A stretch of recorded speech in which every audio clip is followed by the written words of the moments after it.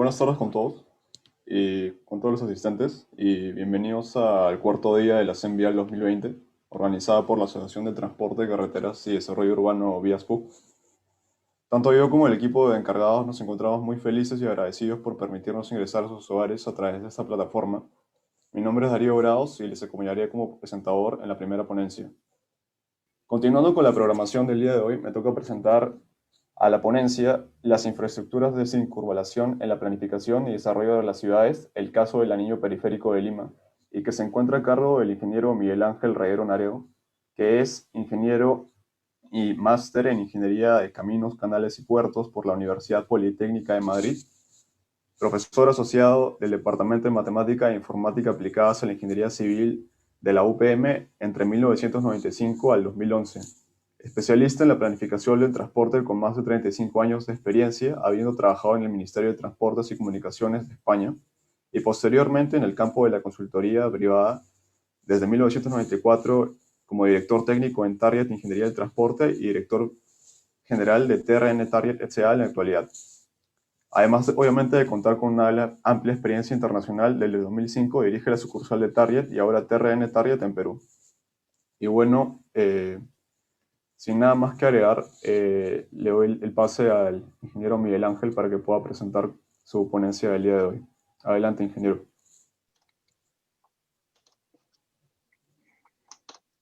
Vamos a compartir pantalla. Y empezamos. Bueno, buenas tardes a todos. Encantado de participar en esta semana de eventos. Encantado de participar en el cumpleaños de la organización, que siempre es una buena celebración. Hay que aprovechar todos los motivos para celebrar y más en momentos complicados como los actuales en los que vivimos. Tengo que decir antes de empezar que me gusta más interactuar más con el público, pero por eso me gustan más las ponencias presenciales. Pero tenemos que adaptarnos a los tiempos y vamos a aprovechar lo mejor que podamos esta oportunidad de seguir compartiendo en la distancia y de poder hablar y discutir sobre temas relacionados con, en este caso, con la infraestructura. Todo va asociado al conjunto de movilidad y transporte, que es uno de los elementos básicos de nuestras ciudades. Vamos a entrar en materia. Voy a contaros primero un pequeño índice de cómo está organizada la presentación. Voy a contar primero una pequeña mirada previa a la historia, cómo empiezan las circunvalaciones, con algunos ejemplos. Luego vamos a dar un repaso a una serie de ciudades en varios continentes, viendo distintos aspectos de periféricos, circunvalaciones, libramientos, etcétera. Todo lo mismo con distintos nombres.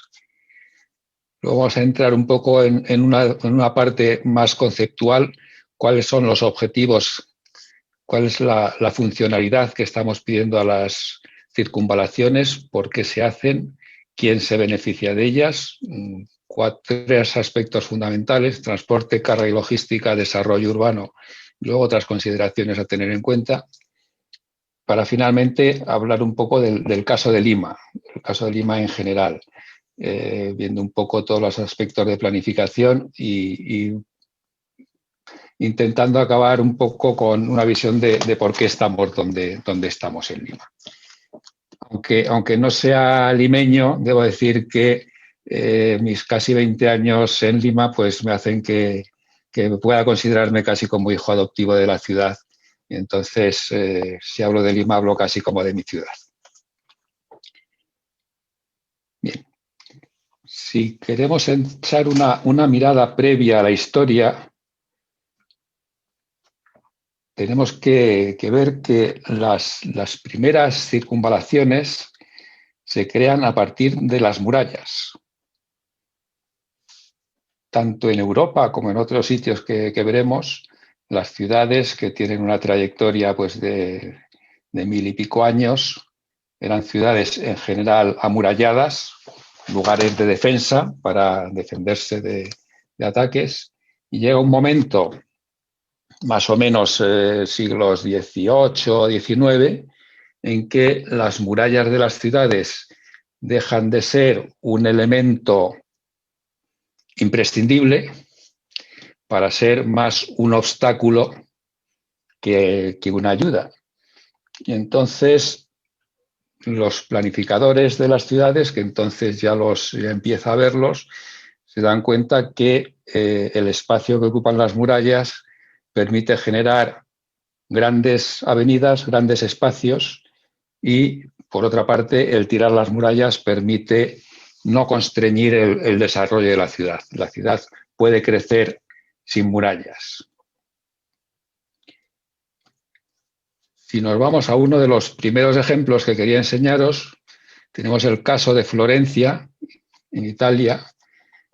En el caso de Florencia, vamos a ver si puedo sacar por aquí un puntero. En el caso de Florencia, la muralla histórica tenía este trazado que tiene esta raya roja y se cerraba en el río. Llegado un momento, lo que se decide es, bueno, pues la muralla, la parte tierra de la muralla se derriba y se construye lo que es la primera vía de circunvalación de la ciudad. Esto ocurre en el siglo XIX. La parte de la muralla pegada al río pues se queda como elemento histórico-artístico de la ciudad. Las murallas en Europa, en general, la mayoría tienen su origen en la Edad Media. La mayor parte se derriba más o menos en el siglo XIX, final del siglo XIX, en algunos casos aguantan hasta principios del siglo XX. Se mantienen, o sea, las murallas tenían todas unas puertas de acceso a la ciudad, que además eran puertas donde se controlaba, se pagaban peajes, se controlaban mercancías, etc. El derribo de las murallas lo que supone es que esas puertas de acceso a la ciudad se mantienen, pero ya como elemento decorativo monumental. Hay muchas puertas en ciudades de Europa que ahora son monumentos, plazas, fuentes, pero que en tiempos era uno de los elementos fundamentales para el control de accesos a las ciudades, incluso para el pago de impuestos, porque se pagaba por los productos que se introducían en las ciudades. En ese espacio se crean lo que se llaman viales de circunvalación. En Italia el viali de circunvalazioni de Florencia, que es una vía que sigue utilizándose en la actualidad como elemento importante urbanístico. Otro caso importante es el caso de París. En París, la muralla, la defensa militar, que fue evolucionando y se construyó, se completó a principios del siglo XIX, se derriba a final del siglo XIX, principio del siglo XX, creando lo que se llama los bulevares de los mariscales. Bulevares de los mariscales porque todos tienen nombre de mariscales, de militares franceses. Y esos bulevares lo que generan inicialmente es un camino de ronda, pero por otra parte permite la expansión de la ciudad. O sea, permite que la ciudad crezca y que la ciudad se desarrolle hacia el exterior de esa muralla. Se crea una primera circunvalación que después se amplía con otras posteriores. Es un corredor prácticamente continuo, que es un reto que ya a principios del siglo XX tenemos una circunvalación casi completa de la ciudad y, como hemos comentado antes, une entre sí a las diferentes puertas. Un caso similar es el caso de Lima. Lima también tenía una muralla que hacia final del siglo XIX fue derribada y la muralla circulaba, bueno, la muralla tenía el recorrido que tienen ahora las avenidas Alfonso Ugarte, Paseo Colón y la avenida Grau. Ocurre lo mismo, las ciudades estaban constreñidas dentro de un recinto que por una parte históricamente fue importante mantener como elemento de defensa y control, pero llegado un momento es un elemento también que por una parte ya no sirve porque es, como instrumento de defensa no es muy efectivo, y por otra parte constriñe y limita el desarrollo de la ciudad. Entonces, esas murallas se derriban y permiten aprovechar los amplios espacios que ocupan para generar, por una parte, para generar vías de ronda y vías de circulación más amplias que las que permiten los constreñidos centros de las ciudades, y por otra parte permiten a partir de ellas ampliar, hacer que la ciudad crezca hacia el exterior.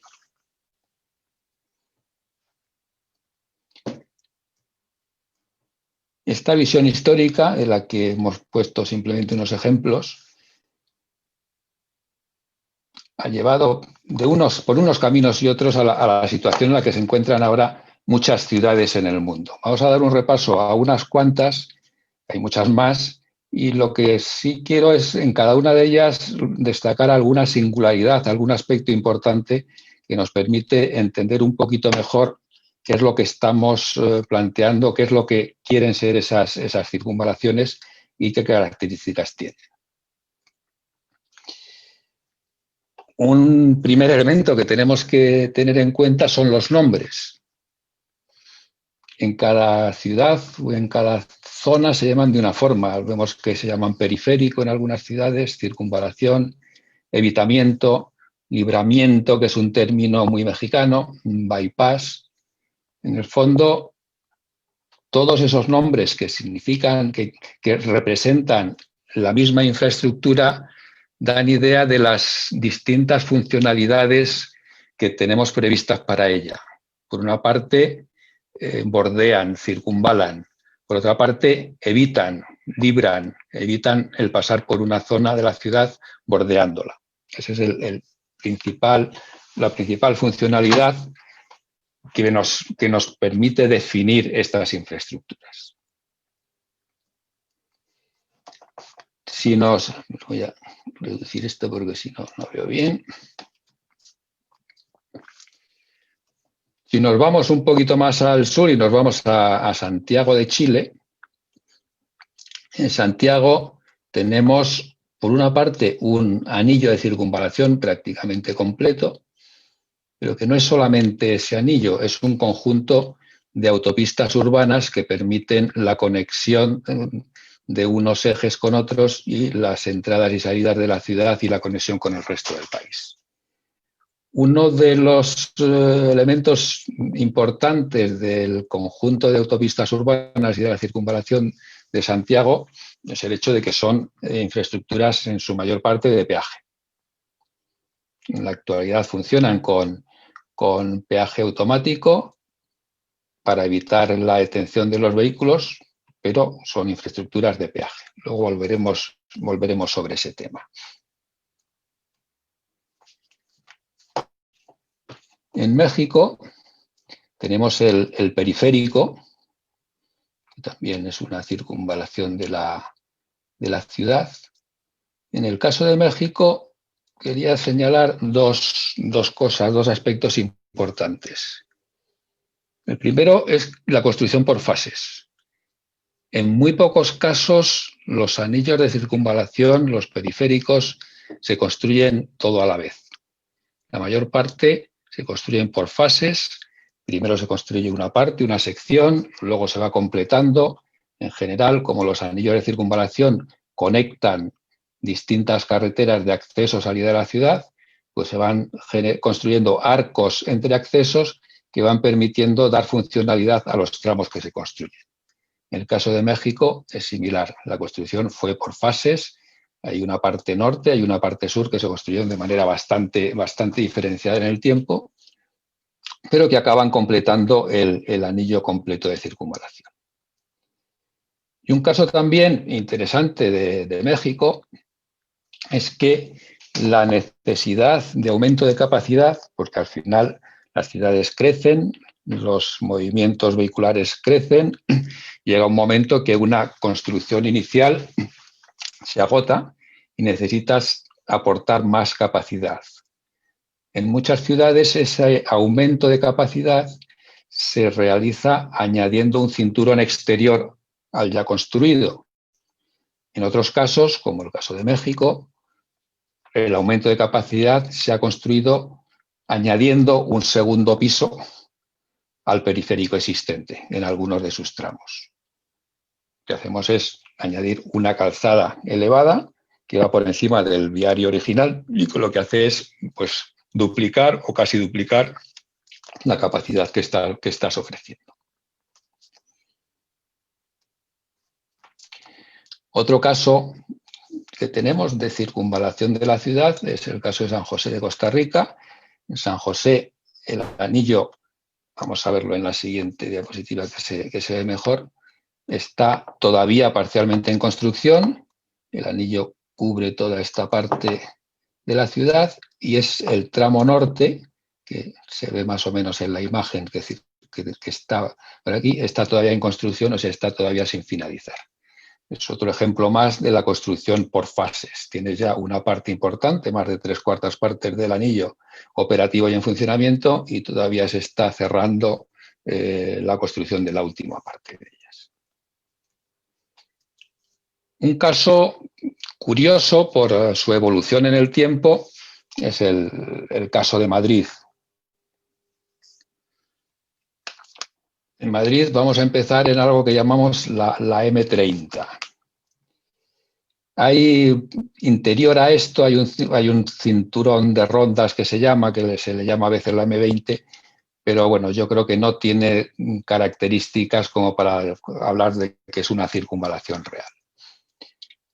La M30, que es un cinturón completo que bordea todo el centro de la ciudad de Madrid, se empezó a construir años 60, 70 aproximadamente, se completó hace tiempo. En algunas secciones tiene 5 o 6 carriles por sentido, en otras son 3+3. Pero cuando se construyó, por ejemplo, el ramal este de la M30 que estamos marcando aquí, digamos, yo es que he vivido mucho tiempo aquí, al lado de esa vía. Al este de la M30 estaba vacío, aquí no había nada, no había ciudad. Ahora la ciudad está densa, pues hasta bastante más allá. Entonces, esta vía que inicialmente cuando se construyó era la periferia de la ciudad, ahora está totalmente insertada dentro de la ciudad, y de hecho los últimos cambios que se han hecho y las últimas mejoras que se han hecho, se le ha cambiado el nombre, ya no se llama M30, sino se llama calle 30, porque en el fondo es una calle del viario de la ciudad. Entonces, cuando esta calle ya es eficaz para algunas cosas, pero ineficaz para lo que se quería que fuese la circunvalación, se pasa al siguiente estado y se construye lo que se llama la M40. Digamos, lo que es la M30 es este cinturón que vemos aquí dentro. Entonces, nos vamos más hacia afuera y se construye un nuevo anillo que se llama M40. Este anillo es también completo, también se construye por etapas, tiene algún elemento bastante interesante, como por ejemplo, aquí en esta zona, esto es un parque natural que no se podía atravesar por distintas circunstancias, entonces el tramo que va pegado a este borde tiene un túnel con calzadas superpuestas, una calzada encima de otra, porque si no, no había forma de meter una vía de alta capacidad en el espacio disponible. Entonces, esta vía lo que intenta es sustituir a esa circunvalación inicial en una sección exterior, pero que incluso con esta, en algunos de los tramos, se queda muy integrado dentro de la ciudad, dentro del área metropolitana. Entonces, se pasa a otro nivel y se empieza a construir lo que se llama la M50. La M50 intenta ser también un cinturón completo. Lo que pasa es que se plantea lo mismo, la dificultad de atravesar una zona especialmente protegida en la que o entras en túnel, lo cual es demasiado costoso, o no hay forma. Entonces la M50 es una circunvalación que no se ha conseguido cerrar nunca. Esta M50 un elemento interesante para su construcción es que se contrató por partes y asociada a unas autopistas que son las R que veis en la imagen, autopistas radiales. Las autopistas radiales son autopistas concesionadas y entonces en las concesiones cada concesionario de una de las radiales tenía que construir un tramo de la M50.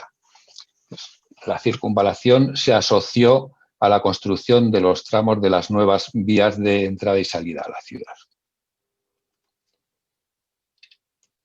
Hay un proyecto adicional que se llama la M60, que es este cinturón que estoy señalando aquí en este, que es lo mismo, dices, cuando la ciudad va creciendo hacia afuera, se va agotando la capacidad de las vías interiores, necesito nuevas vías que me permitan canalizar esos movimientos que yo quiero que no entren en la ciudad. Entonces, por eso nos vamos yendo hacia afuera. Hemos visto el caso de Madrid, en el caso de París hay una circunvalación que está pues, a 50, 60 kilómetros de la ciudad. En el caso de Londres lo mismo, las grandes ciudades están generando circunvalaciones muy lejanas que permiten estructurar el territorio sin afectar al desarrollo y movilidad de la gran ciudad. Como ejemplos adicionales que quería yo pintar, estamos en Lima tenemos el puerto del Callao, tenemos el mar. ¿Cómo son las circunvalaciones en ciudades con mar y con puerto? Yo he traído aquí dos ejemplos. El primero es el caso de Valencia. En Valencia tenemos una ronda interior, que es esta de aquí. Un caso curioso de esta ronda interior es que una parte, digamos, toda la parte sur de la ronda se construyó aprovechando el cauce de un río, del río Turia, el río que cruza la ciudad. Entonces, apoyada en ese cauce, se construyó esa vía de circunvalación. Tengo que decir que en el caso de Madrid, una parte de la M30 también se apoya en el río Manzanares, el río que cruza Madrid. Y una de las últimas arreglos que se ha hecho en la ciudad, una de las últimas mejoras, es enterrar la parte de la M30 que estaba pegada al río para generar un espacio público importante en torno al regenerando el río y generando un espacio interesante de ocio y esparcimiento. Pero bien, en el caso de Valencia tenemos la V30, que es la ronda interior, y luego tenemos una ronda exterior, que es esta, que lo que hace es enlazar la autovía que va hacia el norte con la autovía que va hacia el sur y conectar con las distintas carreteras que salen.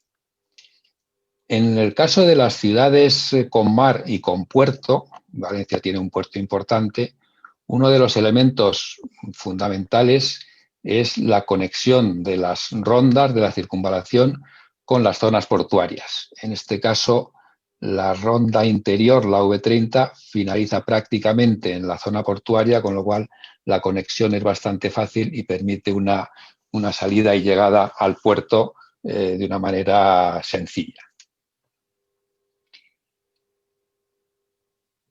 En el caso de Barcelona, mantiene un esquema similar al que hemos visto. Tenemos una ronda interior cercana a la ciudad y una ronda exterior compuesta por las distintas autopistas que circunvalan la ciudad. Como caso singular, en el caso de Barcelona, la ronda interior no acaba en el mar, sino que se cierra por el lado mar, con lo cual tienes una ronda completa y este cierre por el lado mar facilita la conexión con toda la zona portuaria, la conexión y la salida de tráficos de la zona portuaria. Bien. Estos son unos cuantos ejemplos. Al ver esos ejemplos hemos podido atisbar un poco qué funcionalidad esperamos de estas obras, de estas infraestructuras. Vamos a dar un repaso rápido a esos objetivos y esa funcionalidad con una serie de ejemplos y una serie de detalles. El primer y básico objetivo, por eso se llaman libramientos, evitamientos, es evitar el tráfico de paso.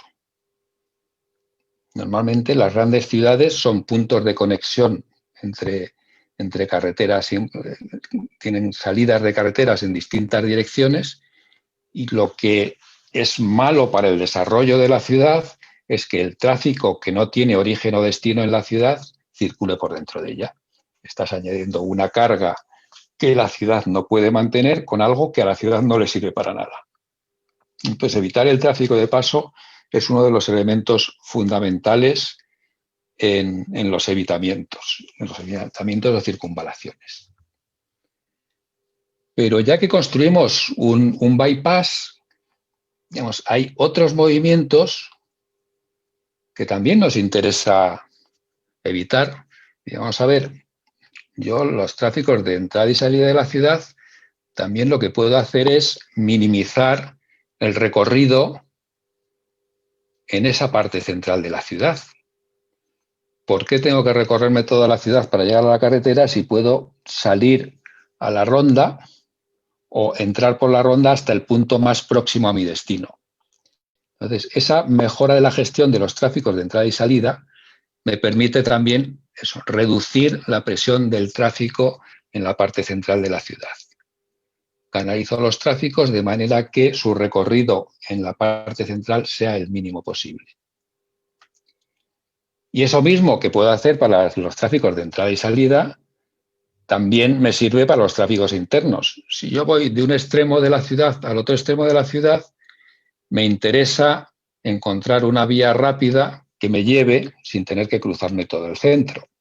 Y a la ciudad le interesa que no cruces todo el centro y que te vayas por una vía rápida que te haga ese servicio sin estorbar al desarrollo de la ciudad.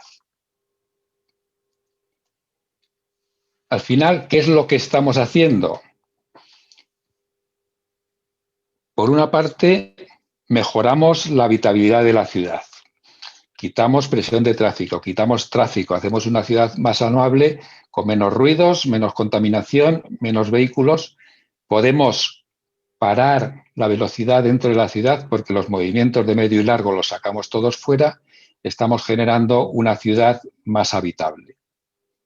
Pero por otra parte, también estamos mejorando los tiempos de viaje para los tráficos de medio y largo recorrido, porque en vez de tener que cruzar por una vía llena de semáforos y que puedo circular a una velocidad 15, 20, 25, 30 kilómetros hora como mucho, pues puedo hacer el recorrido, a lo mejor hago algún kilómetro más, pero a velocidades de 50, 60, 70 kilómetros hora, con lo cual gano tiempo.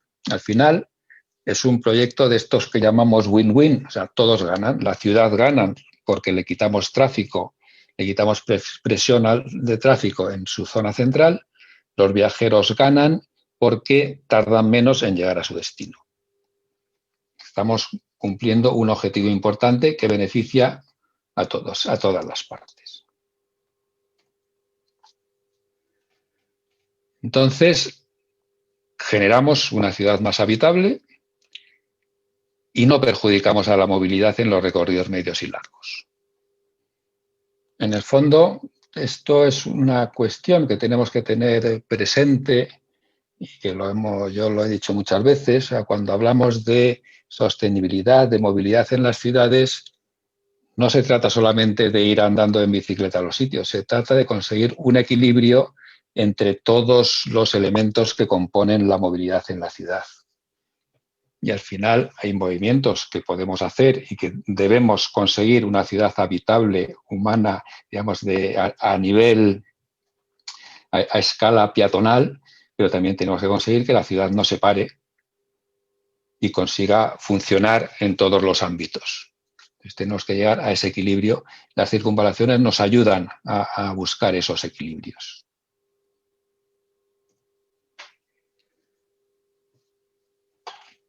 También hablando de transporte, pero un poquito menos de personas y un poquito más relacionados con carga y logística, tenemos unos elementos que tenemos que tener en cuenta. Esto está relacionado con el valor del suelo. Vamos a ver, el desarrollo de la ciudad hace que el valor del suelo urbano sea un elemento caro. Un elemento que tiene un mejor aprovechamiento como uso residencial o como uso terciario urbano, con lo cual en prácticamente todas las ciudades hay un objetivo importante que es sacar fuera de la ciudad el suelo industrial. ¿Por qué? Porque por una parte genera molestias a los residentes y por otra parte porque permite un mayor rendimiento económico al suelo que tenemos dentro de la ciudad.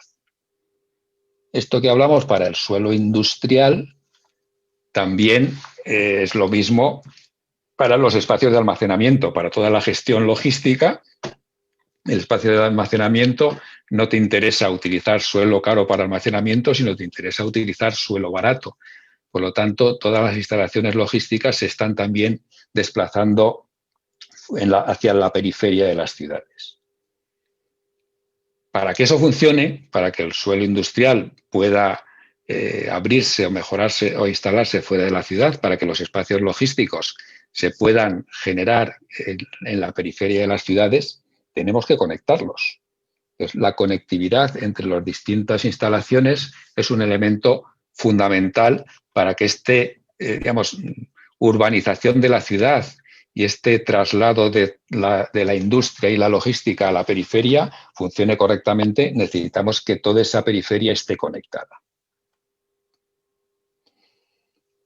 Esta diapositiva que os estoy mostrando ahora es un ejemplo de un trabajo que hicimos para el Ministerio de Transportes hace unos años sobre distribución urbana, logística y distribución urbana de mercancías en Lima.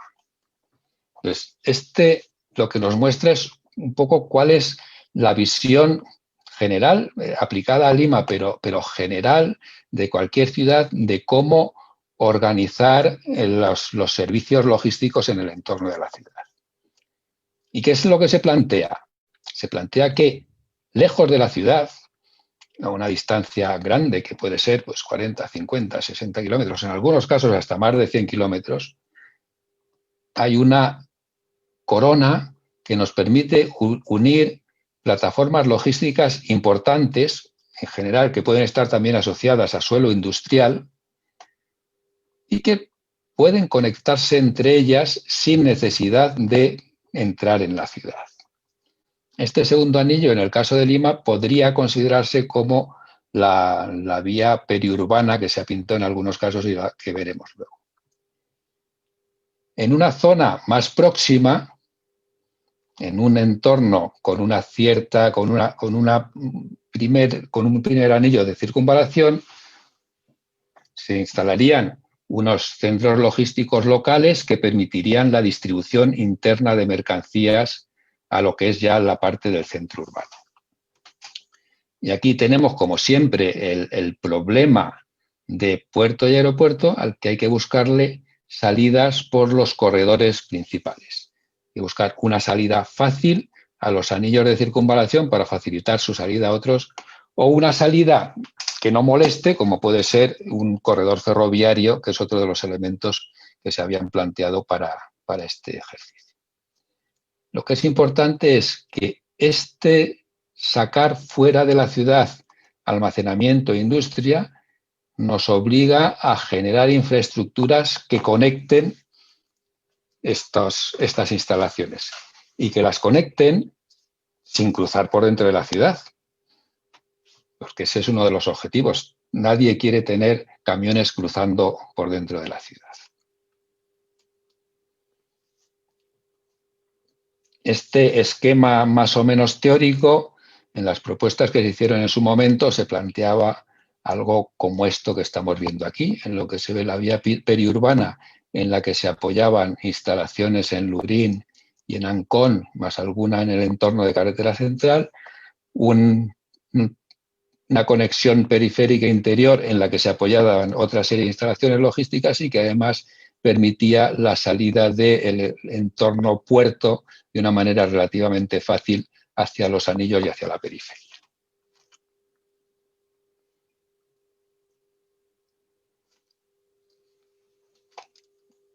Una tercera funcionalidad, que ya depende un poquito más de la estructura urbana, pero que es también importante, es que los anillos de circunvalación permiten apoyar sobre ellos nuevos desarrollos de la ciudad.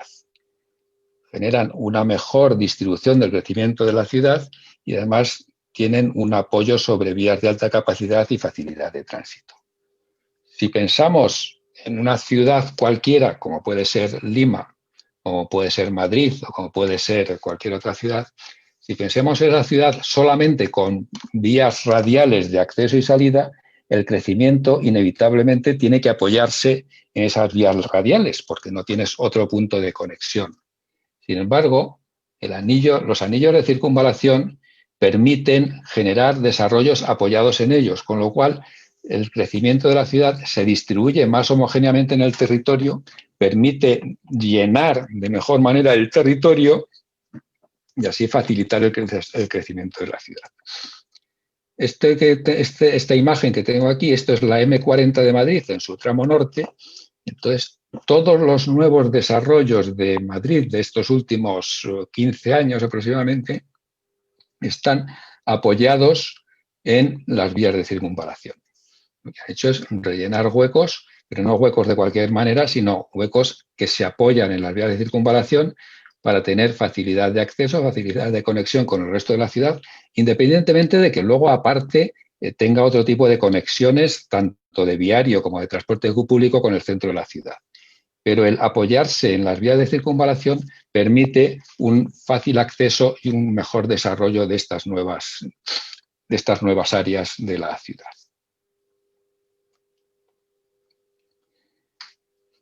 Bien. Otras consideraciones sobre las circunvalaciones. Voy a plantear solamente tres temas muy rápidos. Algunos hemos hablado ya, pero que merece la pena tener en cuenta.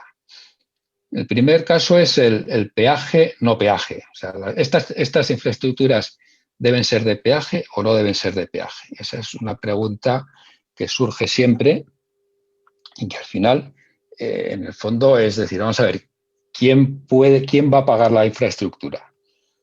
¿La paga la paga toda la ciudadanía a partir de impuestos? Eso sería, bueno, no pago peaje, se paga entre todos. ¿O la pagan solamente los usuarios? Bueno, cobro peaje, la pagan los usuarios y reservo el dinero público para otros usos. Al final, es una decisión que depende de la disponibilidad presupuestaria y de la capacidad de gasto de las distintas administraciones. Me acuerdo hace unos años, un responsable de la Municipalidad de Lima dijo: miren ustedes, esto es muy claro, si yo quiero invertir en transporte público, lo que tengo que hacer es que las carreteras las paguen los que las usan y así me queda dinero para poder invertir en transporte público. Entonces, bueno, pues tengo que cobrar peaje en las carreteras. Es un planteamiento muy razonable y muy lógico. Si la administración tiene capacidad para generar inversión tanto en transporte público como en carreteras sin cobrar a los usuarios, pues estupendo. Pero en muchos casos no es así, entonces hay que decidir cómo se organizan los recursos. Otra pregunta, digamos, un poquito más técnica de cómo construir esas circunvalaciones. Hay varias opciones. Hemos visto casos como el doble piso de México, que es elevado. Hemos visto casos en los que hay partes de circunvalación en túnel. Digamos que, en general, en la mayor parte de los casos, las vías se construyen a nivel porque es más barato. Las puedes empezar a soterrar o meter en zanja, como podemos ver en el caso de Lima del Zanjón, cuando bueno, pues ese enterramiento me permite eliminar el efecto barrera que producen. Ayuda a mejora la distribución de la ciudad. ¿Cuál es el problema? Que tanto en túnel como en elevado son mucho más costosas que en superficie. Entonces, volvemos al problema anterior. ¿Quién lo paga? ¿Lo puedo pagar? ¿Soy capaz de pagarlo? Por eso muchas veces el aumentar la capacidad, no aumentas la capacidad donde estás, mejora la funcionalidad yéndote al exterior. Bueno, pues mira, genero nuevos espacios, genero nuevas vías y dejo eso que ya se me ha agotado la capacidad en donde está sin generar infraestructuras más costosas que no podría costearme. Y finalmente, un elemento muy importante es la evolución en el tiempo. Como hemos visto en algunos ejemplos y como es la práctica realidad de la mayor parte de las ciudades evolucionan, no son entidades fijas. Las ciudades son seres vivos que crecen y evolucionan en el tiempo. Entonces, los sistemas de circunvalación, de evitamiento, deben crecer en el tiempo y tenemos que tener previsto su desarrollo no para 5, 10, 15 años, sino teniendo presente cómo va a evolucionar la ciudad. Pues por eso es muy importante su consideración en los procesos de planificación. Bien, y como llevo hablando mucho rato y todavía no hemos hablado casi de Lima, vamos a hablar un poquito del caso de Lima. Voy a hacer un ejercicio, vamos a ir desde ahora hacia atrás y luego vamos a ir hacia adelante. Nos ponemos ahora, el IMP, el Instituto Metropolitano de Planeamiento, está elaborando lo que se llama el Plan MET 2040, el Plan Metropolitano para el año 2040. Si nos fijamos en esto, está en elaboración, todavía no hay nada cerrado, pero hay algunos documentos disponibles. Entonces, vemos que en esos documentos disponibles, una de las cosas, en lo que se refiere a vialidad, esto nos pinta dos cosas que conocemos. Uno es la vía periurbana como circunvalación exterior y otro es el anillo periférico como circunvalación interior. Los señores que están planificando la ciudad para el año 2040 consideran que dentro de esa planificación tenemos que considerar estos anillos, estas circunvalaciones. Si nos vamos un poquito más atrás, esto se hizo en el año 2014, lo que es el Plan 2035, digamos, se elaboró en la gestión de Susana Villarán, pero que no llegó a aprobar la municipalidad. Vemos que en el Plan 2035 el sistema viario recoge también el periférico vial norte o el anillo periférico, como se ha llamado en muchos casos, más la vía periurbana. Una circunvalación exterior y una circunvalación exterior. Una circunvalación interior y una circunvalación exterior. Siguiendo el ejemplo de las ciudades con mar que hemos visto antes. Bueno, digamos, en el 2020 se considera que necesitamos esas circunvalaciones. En el 2014 también se consideraba así. Si nos vamos un poquito más atrás, en el año 2001 se aprueba la Ordenanza 341 que define el sistema vial metropolitano y resulta que esa ordenanza en el año 2001 incluye la reserva de espacio para el periférico vial norte, para esa circunvalación interior que hemos visto pintada en los mapas anteriores.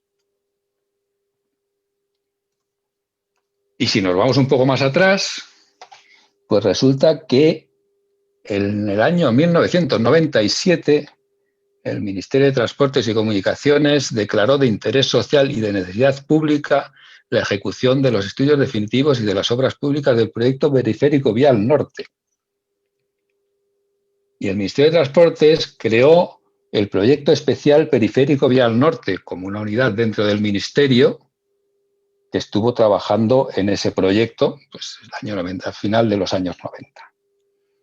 Digamos que desde hace más de 20 años se considera que el periférico, el anillo periférico, esa circunvalación interior que hemos comentado, es importante para la ciudad.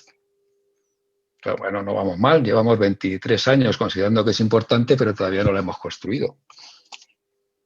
Bueno, son cosas que pasan. ¿Qué pasó después? O sea, ¿cómo es que con un proyecto que está en marcha desde el año 97 todavía no hemos conseguido que se ponga en marcha? Pues ha tenido distintas vicisitudes. Digamos que ese año 97 se trabaja desde el Ministerio en el proyecto, como un proyecto a nivel de gobierno. Por distintas cuestiones políticas fundamentalmente, allá por el año 2000, el Ministerio transfiere a la ciudad el proyecto, deja de ser un proyecto de gobierno para ser un proyecto urbano de la ciudad. El que un proyecto pase de nivel de gobierno a nivel ciudad tiene un problema, que es la capacidad inversora de gobierno central y de gobierno municipal. Por poner un ejemplo en el sentido contrario, la línea 1 de metro estuvo en manos de la ciudad muchos años, la ciudad no fue capaz de sacarla adelante. En el 2008-2009 la ciudad entrega la línea 1 al ministerio y el gobierno central sí es capaz de sacar adelante la línea 1 de metro.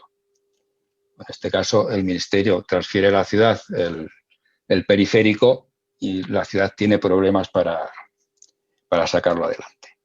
La ciudad, Lima, lo que hace es incluir el periférico en su cartera de proyectos, con las que busca iniciativas privadas, asociaciones público-privadas, para conseguir financiación para el proyecto. A principios de los años 2000, los años 2000 y pico, 2002, 2003, 2005, en los proyectos de la municipalidad hay un proyecto que está pintado con una línea azul, se llama la línea azul, en la que se incluían Panamericanas Norte y Sur, la carretera Ramiro Prialé y el periférico Vial Norte. Era un conjunto, digamos, en el que se trataba de, como dicen ustedes, incorporar carne con hueso. Unas vías interesantes con mucho tráfico, más con un proyecto con un coste importante como era el periférico.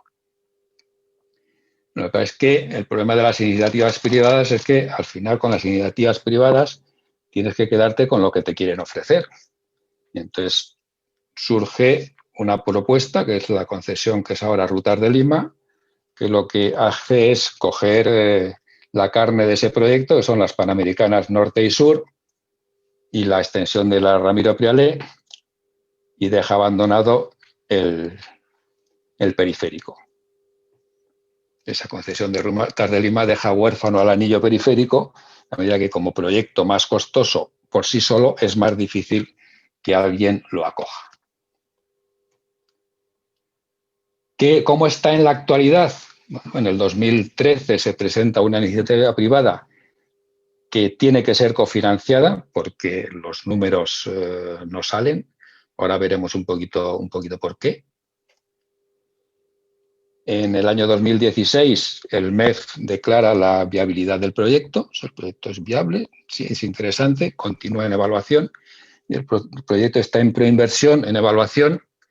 Bueno, parece que es cerca de avanzar a sus últimas etapas, pero eso hasta que no se vea no se sabe.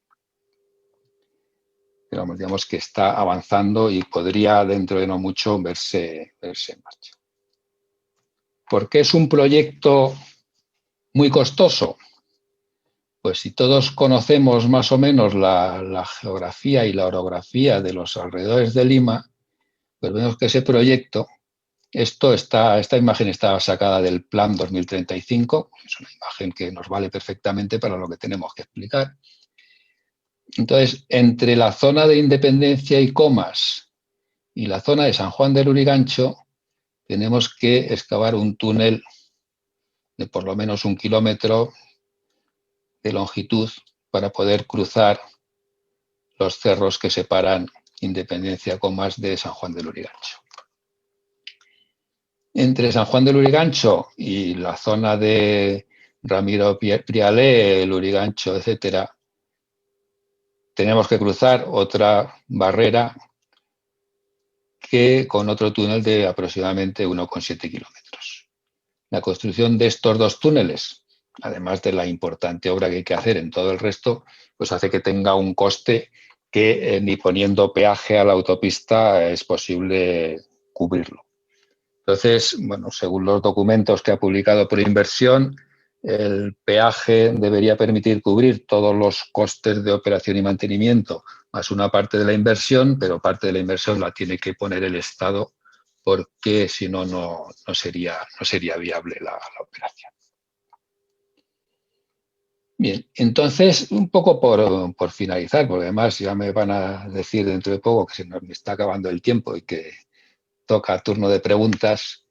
Yo simplemente quería añadir un comentario que creo que es importante y relevante, y es por qué estamos como estamos. Un proyecto que desde el año 2000, desde el año 1997 se considera importante y no conseguimos que salga adelante. Pues porque no es solamente en Lima. Digamos, lo que llevamos viendo muchos años es que en todo el país falta planificación. No hay una planificación general que nos permita encajar proyectos interesantes dentro de esa planificación. El país se mueve a golpe de proyectos individuales y así es muy difícil generar estructuras que se mantengan en el tiempo. Un proyecto como este es un proyecto que necesita pausa, tiempo y continuidad. Entonces necesita que esté asociado a unos instrumentos de planificación, de planeamiento, que permita que los proyectos se sigan y se continúen. Al final, ¿qué es lo que pasa? Como no hay planificación a la que asociar proyectos menores, solamente puedes abordar proyectos completos. Y hay proyectos completos que es imposible abordar de una tacada o que cuesta mucho y por eso tardas tantos años en plantearlos. Otro ejemplo parecido que podemos mencionar, digamos, hace unos años se puso en marcha estudios y licitación para lo que sería una red de cercanías ferroviarias en el entorno de Lima. Un ramal en la parte norte, otro ramal en la parte este, otro ramal en la parte sur. Inicialmente había algunas iniciativas para algunos de los tramos, había algunos estudios para construir el tramo norte o el tramo este, pero llegó un momento, alguien dijo, no, vamos a hacer un estudio completo, pero el estudio completo no se planteó como un estudio de planificación, sino como hacer un proyecto completo que sería todo el sistema de cercanías ICA, desde ICA hasta más arriba, ya no me acuerdo ahora, o sea, todo el tramo desde el sur a norte, más todo el tramo este, 1000 kilómetros de cercanías, que es un proyecto absolutamente inabordable por nadie.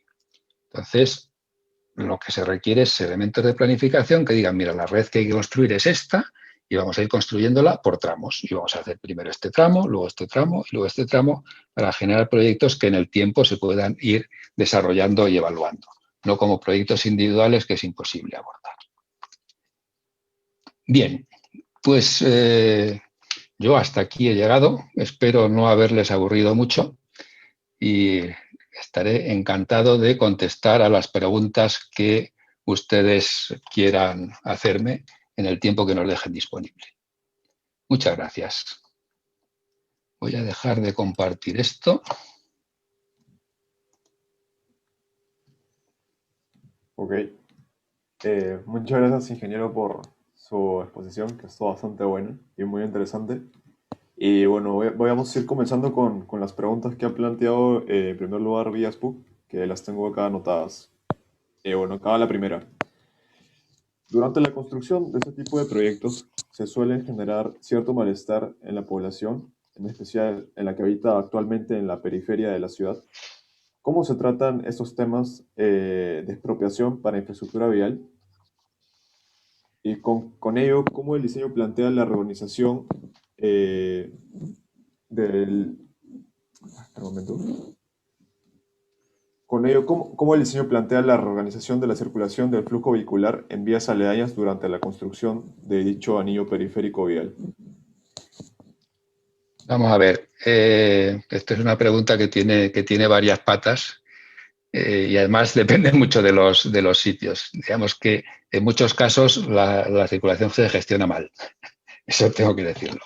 Pero vamos a ir por partes. En primer lugar, hay un tema que es expropiaciones. Entonces, el tema de expropiaciones depende de la legislación de cada país. Entonces, en España, la legislación lo que dice es que si una obra se ha considerado de interés público, la expropiación es inmediata. O sea, el ministerio encarga un proyecto, se empieza a ejecutar y el constructor puede entrar a ocupar las parcelas correspondientes. El propietario tiene derecho a reclamar un precio distinto del que se le ofrece.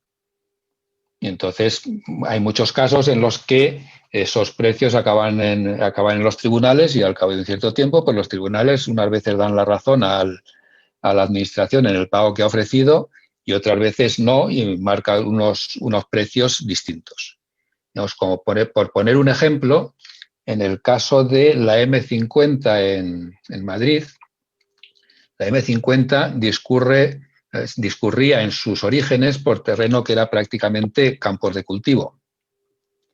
Entonces se valoraron unas expropiaciones iniciales a precio de terreno de cultivo, de terreno rural. Sin embargo, al llegar a los jurados, a los jueces en la mayor parte de los casos valoraron los terrenos como terreno urbano, porque al fin y al cabo esos terrenos se habrían podido desarrollar como residencia urbana. Y por lo tanto obligaron a los concesionarios a pagar a los expropiados pues unos importes, pues en muchos casos de 4, 5 hasta 10 veces los pagos iniciales. Pero es un problema de precio y ese problema de precio a veces puede transmitirse, si es una concesión puede volver a la administración porque sea un importe que genere problemas al equilibrio económico, pero no genera problemas de tiempos porque la expropiación es inmediata y la ocupación es inmediata. Okay. En cuanto a lo que se refiere a la gestión de tráfico en las zonas aledañas, pues normalmente hay unos planes de desvío, hay unos que tiene que aprobar la municipalidad y, bueno, pues unas veces funcionan bien y otras veces funcionan regular. Va a decir, por ejemplo, en lo que es un anillo de circunvalación más o menos exterior, como puede ser lo que se hizo en Madrid, M40, M50, que estaban en zonas bastante exteriores, las molestias de tráfico fueron pequeñas. En los últimos arreglos que se han hecho a la M30, que además se hicieron en un plan de acometer todas las obras en un periodo muy corto, pues estuvo la ciudad, digamos, patas arriba durante una buena temporada, porque a pesar de que había desvíos de tráfico, pues los problemas fueron importantes. Entonces, bueno, siempre hay medidas, pero depende de la centralidad y de la posibilidad. Bien, no funcionan casi nunca. Okay. Porque problemas genera, seguro. Sí, eso es verdad. Acá tengo otra pregunta de parte de mi compañero Politicona, que dice así. Desde un punto de vista peatonal y urbanístico, la infraestructura vial como vías expresas y viaductos elevados suelen segmentar el entorno urbano priorizando al vehículo por encima del peatón. ¿Qué se considera en el diseño para poder suplir esta necesidad por parte del peatón y no irrumpir en los espacios urbanos? ¿Y cómo se valora al peatón dentro del diseño vial para estos casos como el anillo periférico? Vamos a ver, normalmente el anillo periférico, lo que tú estás haciendo, o sea, la idea del anillo periférico es yo saco capacidad fuera de la ciudad para dejar la ciudad para el peatón. Entonces, en el caso, lo normal es que en los anillos periféricos no haya circulación peatonal. Lo que sí hay que gestionar, y eso es importante, es si en las zonas urbanizadas o que se vayan a urbanizar, hay que organizar los cruces peatonales. O sea, que puedas cruzar con vía, o sea, con vehículo o peatonalmente. Pero la idea es que esas infraestructuras no sean para peatones. La idea es, dejo la ciudad para los peatones y me saco el tráfico fuera de la ciudad. Ok, acá hay una pregunta del chat de Zoom, que es de Sandy Mauricio Torres. Bueno, la primera pregunta creo que no ha estado presente en toda la conferencia y pregunta si es que estos anillos podrían tener resultados similares a los de la Ciudad de México. Bueno, estos anillos, la Ciudad de México, depende de la Ciudad de México, el anillo funciona relativamente, tiene unos atascos estupendos. O sea, yo me he estado en el periférico de México, yo he estado parado media hora para un recorrido pequeño. Pero lo que sí es cierto es que el periférico de México descongestiona el centro de la ciudad. Entonces, ese es un poco el objetivo, sacar el tráfico fuera para que la ciudad pueda, para que lo que es el centro de la ciudad pueda funcionar. Entonces, algo parecido, pues sí, la idea es que hay que aprender de las experiencias y conseguir que los anillos funcionen cada vez mejor y que tengan y que no se generen los problemas que se ven que ocurren en otros sitios. Siendo como son ciudades distintas, porque México es muy diferente de Lima. Claro. Y su segunda pregunta era si es que usted cree que estos anillos en verdad podrían resolver el problema de movilidad dentro de la ciudad de Lima. Vamos a ver. Ningún elemento es la solución a todo. Todos son partes de la solución. Entonces, Lima tiene muchos problemas. Los anillos, los periféricos ayudarían porque quitarían una parte del tráfico del centro de la ciudad, pero Lima tiene otros muchos problemas. Tiene un problema de organización de transporte público muy importante que genera unos niveles de congestión también importantes. Tiene un problema de organización del taxi que también genera unos niveles de congestión importante. Tiene unos problemas de comportamiento de los conductores que también genera problemas de funcionamiento de la ciudad. Yo pongo un ejemplo muchas veces, que es un ejemplo muy sencillo, pero muy tonto, pero que da una idea de cómo funciona la ciudad y y hasta qué punto eso puede afectar. Nosotros nos pidieron hace unos años microsimular una serie de intersecciones en la ciudad, pues digamos que en la avenida El Polo y cerca de la Embajada de Estados Unidos. Hacemos una campaña de toma de datos, medimos los datos, cargamos todos los tráficos en el modelo de microsimulación y vamos a ver, esto no puede ser porque aquí esto funciona perfectamente con los volúmenes de tráfico que hay. Esto es imposible, aquí hay unas colas de no sé cuántos vehículos todos los días en hora punta. Entonces, tú en el modelo de microsimulación, en vez de poner tráfico ordenado, que cada uno circula por su carril, pones un comportamiento de tráfico en el que cada uno puede ir a cualquiera de los dos otros carriles desordenando el tráfico, y entonces con ese desorden consigues que la congestión llegue a los niveles observados en realidad. Con lo cual, hay un problema que no es solamente de infraestructura, es también un problema de comportamiento. El comportamiento desordenado de yo voy por donde me da la gana y como sea, reduce mucho la capacidad del viario y hace que los atascos sean más atascos. Pero ningún proyecto individual va a ser la solución de todos los problemas de la ciudad. Solucionar una parte, pero hay muchas más cosas que hacer. Ok. Aquí hay una pregunta de parte de mi compañero Javier Morales, que va así. Dentro de los proyectos planeados para la ciudad que buscan reducir el tiempo de desplazamiento a zonas comerciales, industriales y domiciliarios, ¿cuál es el valor agregado de este al actual sistema vial dentro de la ciudad de Lima? ¿Y hasta qué punto podríamos compararlo con otros sistemas que se han planteado, sea el caso de la línea 2 del Metro de Lima o el teleférico, que me parece que es una propuesta muy lejana por el momento? Vamos a ver, yo creo que tienen misiones y funcionalidades distintas. O sea, la línea 2 de metro o el teleférico, bueno, el teleférico, podemos hablar de los distintos teleféricos, porque se han planteado distintos teleféricos en la ciudad, unos más avanzados de estudio y otros menos avanzados. Se dedican fundamentalmente al movimiento de personas. Y además de personas que en general no utilizan un vehículo propio para desplazarse. La infraestructura vial que estamos hablando es para evitar que circulen por dentro de la ciudad vehículos que no necesitarían circular. Estamos hablando de camiones, en muchos casos, y estamos hablando también de vehículos particulares que no se van a subir al metro ni al teleférico. O sea, que son actuaciones complementarias. O sea, la línea 2 hay que hacerla y posiblemente la 3, la 4, el teleférico vendría muy bien porque además permitiría muchas opciones a gente que no tiene accesibilidad, pero son temas distintos. O sea, tenemos que conseguir que las personas se muevan, pero también tenemos que conseguir que los vehículos se muevan.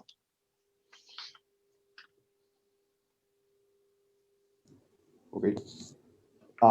Yo tengo una pregunta con respecto al tema de los periféricos, que va más del todo del lado personal. Esta es tuya.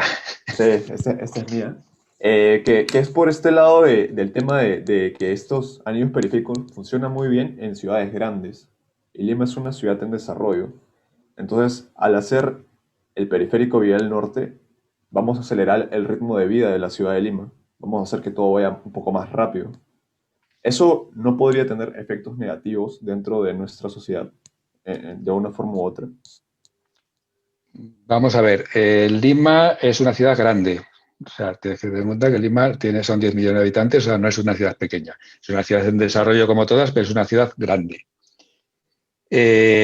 Yo te voy a decir mi opinión sobre Lima. Yo creo que Lima está perdiendo muchas oportunidades de desarrollo, de crecimiento, de constituirse en la capital de la América del Pacífico, porque su funcionamiento de movilidad y transporte es pésimo. Entonces, todo lo que ayude a mejorar el funcionamiento de la ciudad ayudará a mejorar y a un mejor desarrollo y un mejor crecimiento de la ciudad. El problema que tienes es si tú no generas esas conexiones exteriores, me da igual que sea un periférico que otro, tu capacidad para sacar suelo industrial fuera la reduces porque no lo conectas. Tu capacidad para sacar camiones del centro de la ciudad la reduces porque no tienes por dónde sacarlos. Entonces estás limitando el desarrollo de la ciudad. Entonces yo creo que es importante porque ayuda a que la ciudad crezca mejor. Está creciendo, pero tiene que crecer mejor. Ok. Y nos vamos me parece que esta es la última pregunta. A ver, espere.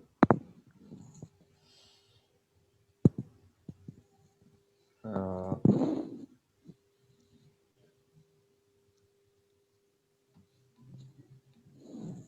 ya. Considerando los beneficios económicos en cuanto al transporte de carga que trae consigo la construcción de este anillo vial Lima Norte, ¿qué otros beneficios podría traer consigo, además de permitir la circulación entre los distritos, teniendo en cuenta otras alternativas, como el caso del tren de cercanías Lima-Ica? Sí, ese es. Vamos a ver, como siempre, son proyectos distintos. El tren de cercanías o el tren de cercanías, el tren Lima-Ica, es lo mismo. El tren de cercanías es un proyecto, fundamentalmente, si hablamos de cercanías, es para personas. El proyecto del ferrocarril Lima-Ica contemplaba también una opción de carga que permitiría generar una vía para el acceso de carga ferroviaria a la ciudad. Vamos a ver, yo entiendo, y además lo hemos, en lo que hicimos para el Ministerio hace unos cuantos años, el acceso ferroviario, por ejemplo, al puerto, es importante y reduciría también el número de camiones. Pero se requiere también inversión, porque no es solamente generar vías, sino que requiere también generar forma de conectar con el puerto y forma de acceder a los distintos lugares del puerto. Pero lo que es el ferrocarril de cercanías, o sea, cuando hablas de ferrocarril de cercanías, me estás comparando el periférico con el metro, por ejemplo. Son proyectos distintos con fines distintos. Sí es cierto que los accesos ferroviarios al puerto mejorarían y complementarían la misión del periférico en cuanto a reducir la presión del tráfico de carga sobre la ciudad. Pero no son incompatibles. Yo creo que hacen falta los dos. Hace falta acceso ferroviario a las instalaciones industriales de la zona Callao, pero además hace falta un anillo periférico que permita conectar todos los ejes de la ciudad. Ok, entonces, bueno, esa era ya la última pregunta del Zoom y también de las que habíamos preparado. Y con eso, bueno, doy fin a la exposición. Bueno, en primer lugar, muchísimas gracias, ingeniero Miguel Ángel, por haberse dado el tiempo de poder venir aquí y exponernos un poco acerca del anillo periférico y también compararlo con otras ciudades, que en verdad es bastante interesante y creo que es bastante necesario dentro de la ciudad de Lima, como usted lo ha mencionado. Para, Nada, agradeceros por la paciencia, porque tener a casi 100 personas conectadas escuchándome, pues, y que no os hayáis aburrido mucho, pues me parece estupendo. Encantado de colaborar con vosotros y a vuestra disposición para cuando queráis. Muchas gracias, ingeniero.